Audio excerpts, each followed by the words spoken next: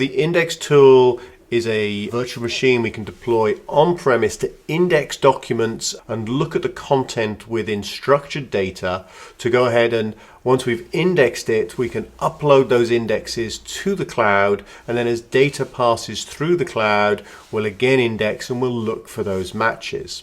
So the index tool is a virtual machine. We're going to go ahead and deploy it. So we'll add an index tool and we're going to call it IDM for the indexing tool at welshgeek.net.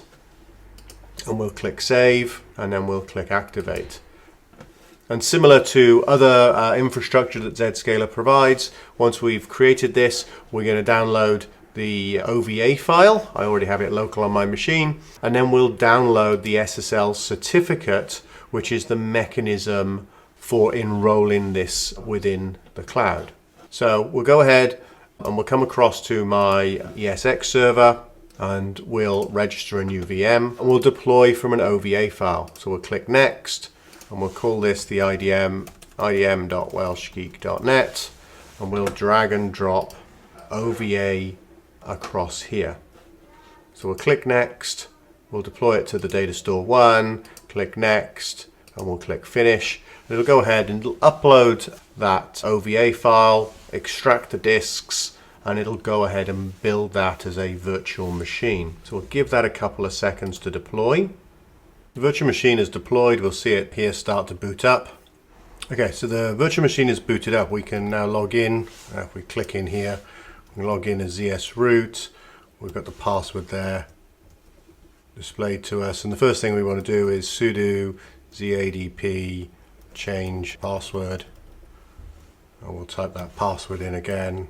And then we can go ahead and we can go sudo zadp configure network. So the name server 192.168.1.2. We don't want to add another one. IP address 192.168.1.21/24 and the default root 192.168.1.254. And this is idm.welshgeek.net. We don't require a proxy to get off the network. It'll go ahead and it'll configure the network and go ahead and build the rest of its configuration. So it does need a reboot, but I'm not going to restart it just yet. What I'm going to do is I'm going to come across to my command line. We should be able to now ping that idm.welshgeek.net. I'm just going to CD to my download folder, and what I'm going to do, I'm going to secure copy across that certificate to csroot at idm.welshgeek.net:/tmp, and I'm also going to SCP my IDM certificates across csroot at idm.welshgeek.net. The web server for the IDM runs on the IDM server for you to administer it. I'd recommend uploading a public-private key pair that's part of your internal Active Directory or is a trusted certificate, so you don't get any certificate errors when you're administering the server. So I can now go across and SSH ZSroot at idm.welshgeek.net.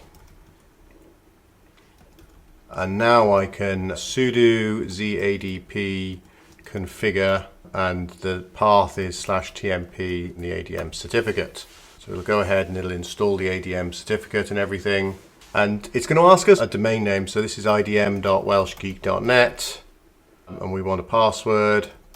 But I don't really need to worry about this. So this is generating a self-signed certificate for the administration portal. But once this is configured and built itself, I'm going to replace that self-signed certificate with that offline certificate that I previously generated and uploaded. So we'll give this a couple of minutes to download the latest version, join itself to the cloud, and then we'll come back to it, configure those certificates, and then we'll reboot the machine to get it functioning as we want. Okay, so the server has been built, it's joined the cloud, it's successfully communicated with the cloud, I've already transferred those certificates over. So now we're going to go ahead and install the custom certificate. So I can run that command. They're in /tmp and they're called idm.pem. And the key is /tmp idm.welshgeek.net. .key. And I don't have a certificate, authority certificate to upload because we changed the host name. We can do a shutdown -r now. We'll go ahead and reboot the server. So wait for the server to come back, and then we'll be able to start with using the indexing tools and the exact data match that's available to us. We can just see that it's starting the processes in the virtual machine. So if we open up a new tab, https idm.welshgeek.net, and we've got the indexing tool. Now we can go ahead and we can log in with our cloud credentials, which will be validated against the cloud and enable me to authenticate. So now we have two different templates that we can use. An exact data match template and an index document template. So an exact data match template, I provide a CSV file that contains a number of fields in it, and we'll go ahead and it'll index those fields, and then we'll look for the contents of those fields based on the policy, based on the engine we build for that. Whereas an index document is going to look at a specific document that we're going to upload. It'll index that document and create hashes of that entire document, and then we'll look for matches of an entire document as they pass through. It's also worth noting we're going to be uploading content to this for one-off indexes, but you can schedule these indexes so they run periodically, and it'll connect over SSH to a file store and pull those documents across based on that schedule and update its templates based on those documents. So you can do just in time, one at a time provisioning, or you can schedule these to run periodically. So we'll create a new template and we'll call this exact data. I'll show you the data. So we've got a data structure here, which is showing social security number, some gender, birth date, first and last name, email address, some credit card information. So we have some structured data here that we're going to go ahead and upload. So what we'll do is we'll browse for this, and we've got the data there, and we'll click next. So we've got to give it some information about the data. So we know that this is a social security number. We're going to include it in the template, and social security number is a primary field. This is alphabetical. We're going to include this. We've got a date. We're going to include that. We've got a alphabetical as the surname. We're going to include that. First name is also alphabetical. We'll include that. Email address, we'll include that as a primary field. And then we've got alphabetical for a credit card type. We've got a credit card number, and we've got a numerical for the CVC, and the expiration date is a date, of course. So we'll include both of those. So we'll click submit. It'll go ahead and it'll index all of the records in that document, and then it'll hash that data and upload those hashes to the cloud so that we're not uploading confidential data. So we're only ever indexing the data, creating hashes of the data and uploading the hashes. So it's a one-way hash, and we can match those one-way hashes as the data passes through the cloud in the payload. Found 290 cells, 9 different types, and 31 odd fields. We'll also look at index data. So we'll create a new template. We'll do again manually, and we'll call this indexed, and we'll upload a file. And this file, any file type, we'll choose a file, and we're going to upload an invoice Word document. And again, these can be scheduled to run periodically. It's indexing the data when we click save, and again uploading those hashes up to the cloud. And once that's been done, we can start using this in policy. So we come across to our administration portal, and we can look at the index templates. We now see that exact data match. The time and date for this is just now, and the index document. So we have the templates here now. As a construct, we can then start to build the DLP dictionary. So I'll add a DLP dictionary, and we'll call this exact data match. And rather than being a pattern or phrase, we're going to use exact data match type. We'll select the template, exact date, should be exact data. And we're going to look for the social security number, and then we can select any number of these secondary fields that also need to be matched. We'll click done and say we need to match on at least one field from the secondary. So as long as we see a social security number from that data and we see one other piece of data, we can then say that this triggers. And then based on the number of triggers that we'll use in the engine, we'll define whether or not the engine has been triggered and whether or not the policy can be said to have triggered as well. So we'll click save on that. And then we'll also add the indexed data. And we can go to the index document, and the index template here is indexed. Click done. And then we have the accuracy. So with bigger documents you can have more accuracy. With smaller documents it's harder to get that level of accuracy. So with the index data we're generally seeing about 40% of documents, or you have a 40% confidence of the document match at low, about 60-70% with the medium, and then 90% we've got a high confidence that the document has matched. So I'll leave this as low to make sure that I trigger in my demonstration, but obviously good data in, better confidence of the match as we go through. So we'll click save on that and I can go ahead and activate. Whilst we're here, the other type of dictionary we've got is the Microsoft protection. So if we see Microsoft protection labels or tags within documents, we can then match on those as well. So then DLP engines are the grouping of those dictionaries together. So for example, HIPAA engine is going to match on social security numbers and medical information.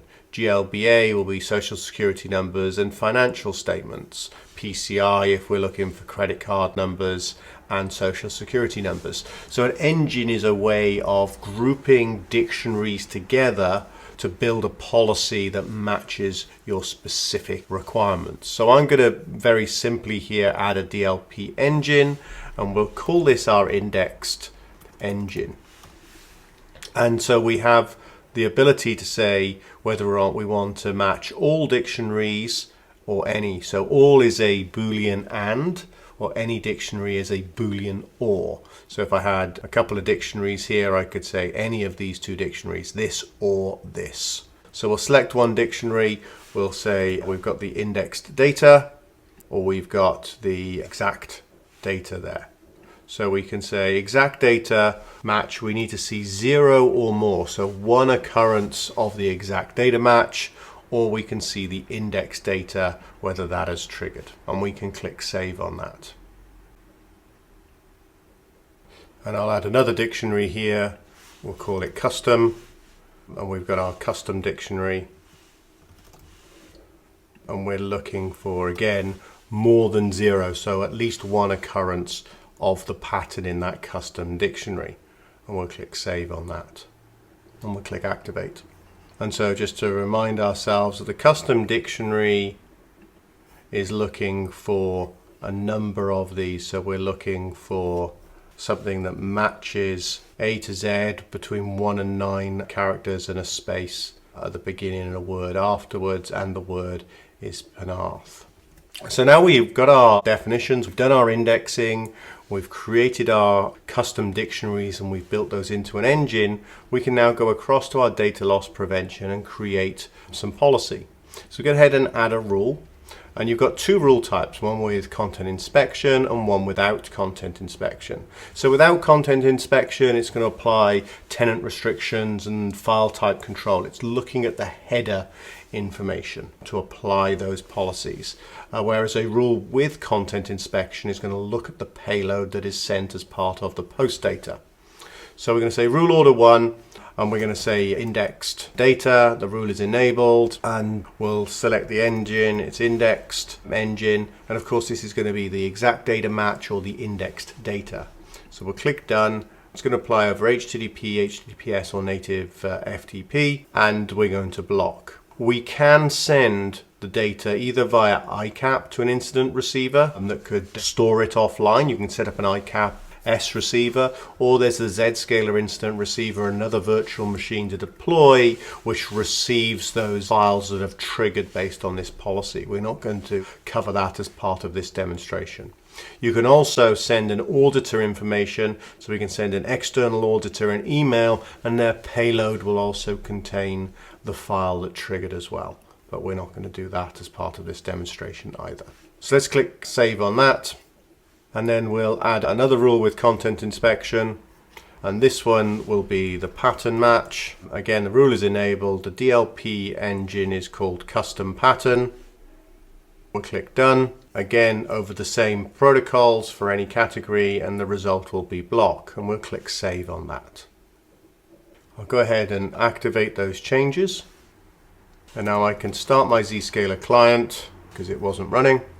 Check this, private access is up and running, internet security is connected as well now, and so we can go ahead and go to the DLP test page, and this just enables me to post data, and I'll get a response back from the website as to whether or not something has passed. So I upload a document, and we can see that it got blocked here. And if we scroll down to the bottom, because it's post data, it's difficult to display a redirect, but we can see here, if we scroll down, that it matched because it violated the compliance category, the indexed engine. So we know that it's triggered the indexed engine, and we know that we indexed the data. So that was the exact document match. If we go ahead and look at posting some of the exact data, so let's take the social security number and let's say an email address, and go ahead and post that data, it's going to trigger again on that index data because we got a redirect. It wasn't in an iframe. We can correctly display this, and you can see here that it blocks based on that indexed engine as well. So we've shown the exact data match, so two objects within an indexed CSV file, and then an upload of an exact data that had been indexed, and again those hashes had matched as the data passed through. And then finally, let's take a look at our structured data that we said we were looking for. Some data that might have had a word followed by something that was 1 to 9 characters A to Z. So we could say Zscaler will match that, followed by another word. And we were also looking for the word Penarth, which was case insensitive. So those should trigger based on that dictionary, and again that's that custom pattern. So you have a number of different ways to write dictionaries. We can index data, structured data and unstructured data, and we can write regular expression matches to be able to block traffic in path passing through the zero trust exchange.